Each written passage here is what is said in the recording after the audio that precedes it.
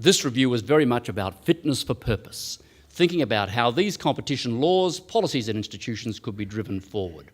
Well, our recommendations, there are 56 of them in the final report, reach to policy, law and institutions in the same way that the 53 from the draft report did. In the final report, you will see a roadmap.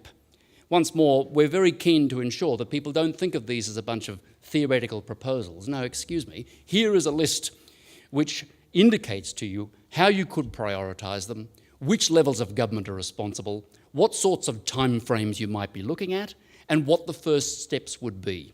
You will find in the final report, if you haven't had a look at it, actual draft model law.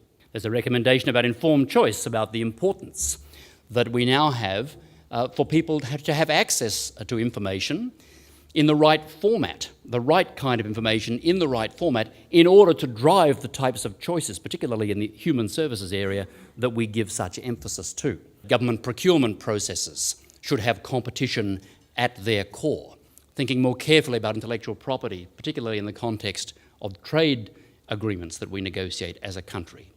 Reforming transport systems, cost-reflective road pricing, abolishing sea and air cabotage, introducing competition into planning and zoning rules, and finishing the reforms that were started 20 years ago under Hilmer for electricity, gas and water.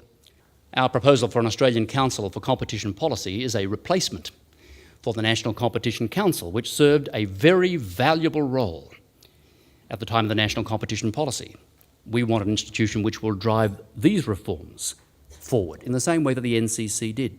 The ACCC, in the view of the panel, has too little separation between the governance of that organisation, between the role of the commissioners and the day-to-day management of the ACCC's affairs. As with other organisations, we'd like to see greater separation between the governing body and the day-to-day management of it. We've recommended that half of all of the commissioners be appointed on a part-time basis. This final report now has been handed to government. The government has decided to engage in further consultation about the ideas put forward in this report. We commend the final report to the Australian government. Thank you.